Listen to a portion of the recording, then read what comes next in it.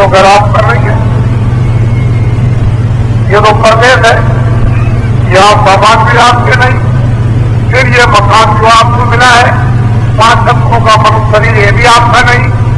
फिर इसमें रहने वाली जो जीवात्मा है, जो अपने घर में उस पिता के पास से आई और उससे अलग कर दी गई, उसका आपको होश नहीं, तो जो उसी का होश आपको दिलाया जाता मंदिर में कि जीवात्मा को होश अपना आ जाए, तभी तो मालिक को पहचान सकेगी और उसको देख सकेगी, उसका रस आनंद ले सकेगी। नहीं तो जब होश नहीं आएगा तो बेहोशी में कौन किसको पहचानता।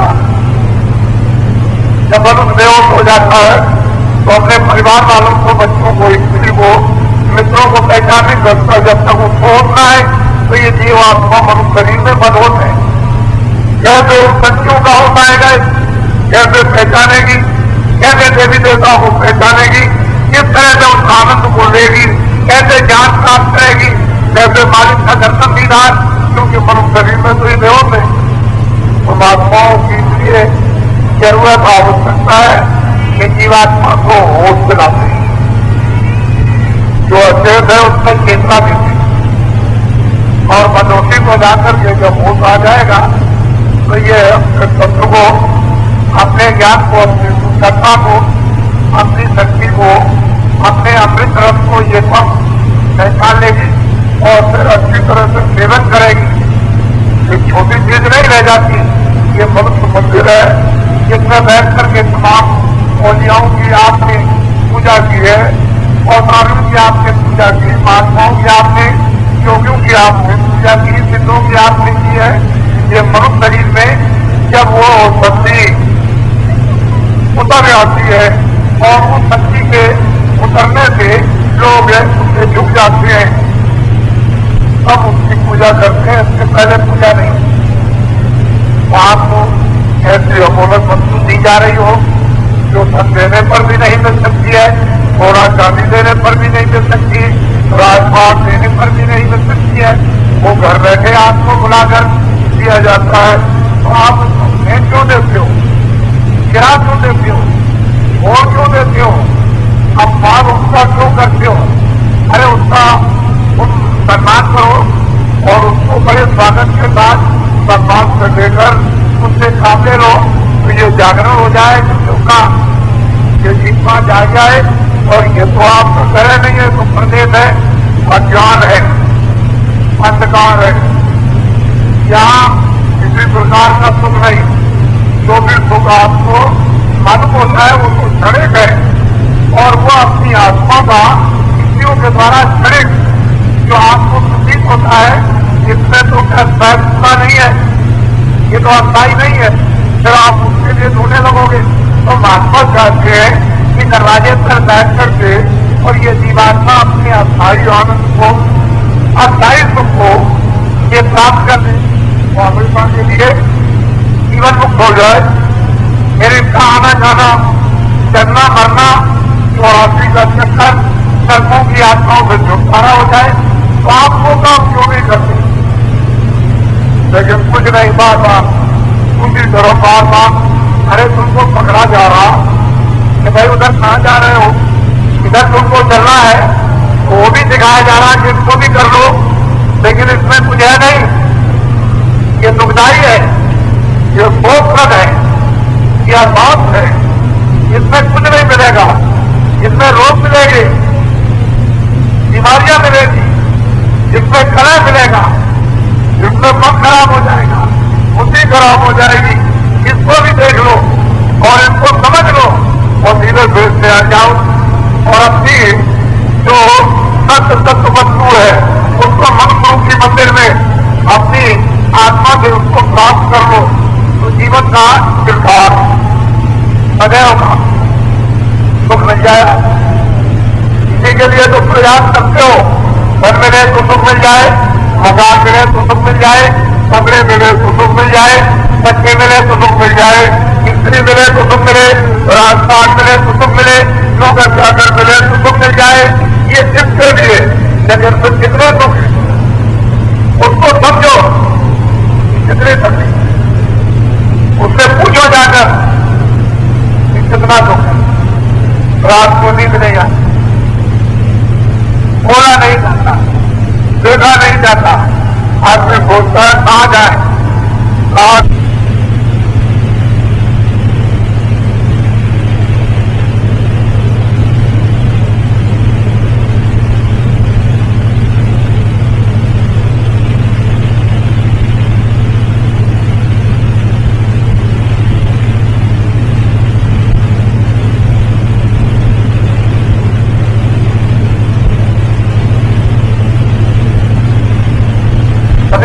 बंधे हुए हो, उलझे हुए हो, जो महात्मा कहते हैं उससे बाहर है, चोर में बात नहीं है। चोर तो गाँव मारेगा चोरी का, लेकिन ऐसा तुमको बच्चा देगा कि फल चोरी कर ले जाएगा, सब माँ बाप का लूट ले जाएगा।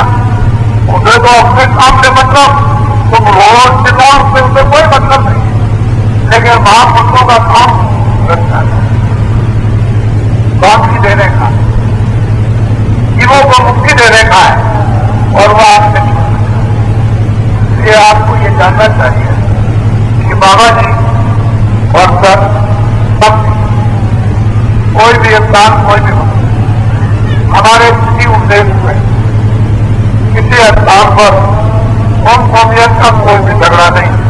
हम लोगों को ये शिक्षा देते हैं, ऐसे में दया जाओ, दिल में रहम ले आप, रूहों पर रहम करो, जीवों पर दया करो, तुम खिदमत और सेवा करो, भूखों को रोटी दो, प्यासों को पानी दो, और फिर जो बेचारे दुखी है, बीमार है, रोगी है, तुमसे ताकत की हो जाए तो दवा दो। एक पैसे का हो, 2 पैसे का हो, 1 रस्सी का हो, 1 कण का हो, 1 जर्रे का हो, अपने शरीर के द्वारा कुछ न कुछ जो है रहम करो और दया करो, उससे तुमको तुम्हारे लिए फल मिलेगा। वो जीवात्मा की सामग्री त्यागने की तैयार होगी। जब मनुष्य सामग्री तैयार हो जाती है, वो मनुष्य मकान पर तुम्हारे औजार से जब जोड़ लगा देते हैं तो जीवात्मा जाग जाती है, उसको आँख मिल जाती है, ये ज्ञान शत्रु वो दिव्य नेत्र मिल जाता है।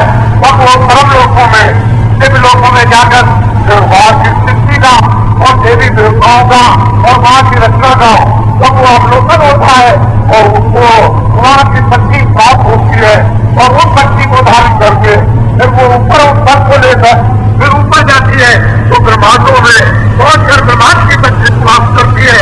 फिर उस शक्ति से फिर आगे जाएगी तो बार ब्रह्मांड में, और उस शक्ति को जब प्राप्त करेगी तो सब में जाकर बता के लिए खबर हो जाए। लेकिन आपको तो राज मिला नहीं,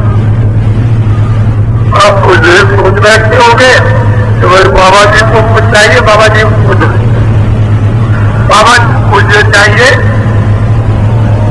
कि तुम अच्छी तरह से काम करो, ऐसी दुकान दफ्तर का बच्चों की सेवा, मेहनत से करो, आएगा एक सत्ता जब तुम्हारे ये सुख कर में शरीर से अच्छे बनने लगेंगे तो बाबा जी कहते हैं कि तुम 5 मिनट 10 मिनट तुम सुबह और शाम भजन अपनी चीज का,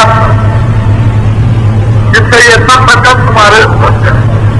वरना तुमने जो बोझा लाद रखा है वो तुमको ही दशा आगे चलकर होगी।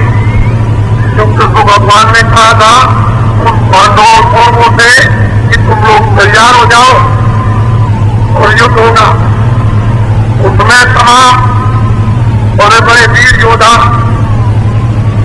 मारे जाएंगे, छोटे बड़े भी मारे जाएंगे।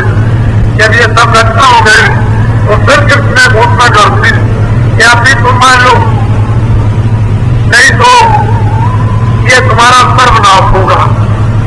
तो महात्माओं के जो बात होती है वो इसलिए सिद्ध और सत्य होते हैं कि आगे जो मैल, जो गंदगी, जो अपराध, अनर्थ जो जमा हो गया पहाड़ों की तरफ से, वो किस पर तीर बनेगा, किस पर गोले बनेंगे और किसके लिए जहर और आग बन जाएगा, ये तो आप समझते नहीं, ये तो जानते नहीं हो।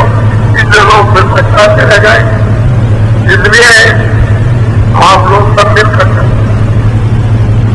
हिंदू मुसलमानों से न रहे, मुसलमान हिंदुओं से न रहे,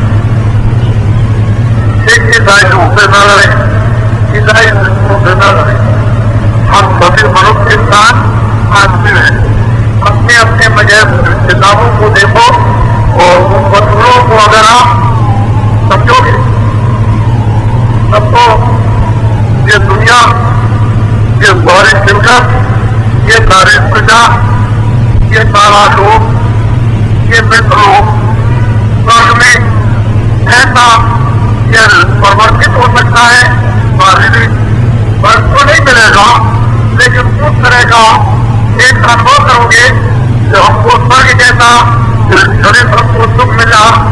लेकिन जब आप किसी को समझोगे नहीं, शादी को समझना, रजिस्ट्री को समझना, सब लोग को समझना, नहीं को न मुसलमान को, न सिखों को, न ईसाइयों को, न छोटों को, न बड़ों को, जब कुछ समझोगे नहीं तो सबके लिए क्रूर आप चल रही है।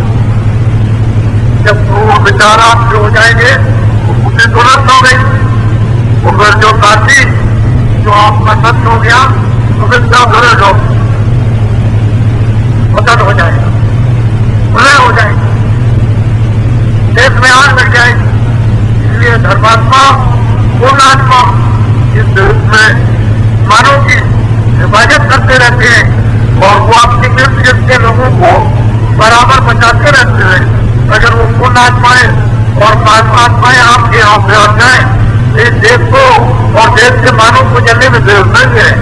जैसे जंगल में आग लगकर सब खाक हो जाता है, उसी तरह से मनुष्य शरीर को जो आपने जंगल बना दिया है, इसको आग लगने में कोई देर नहीं, मतलब बहुत जगह।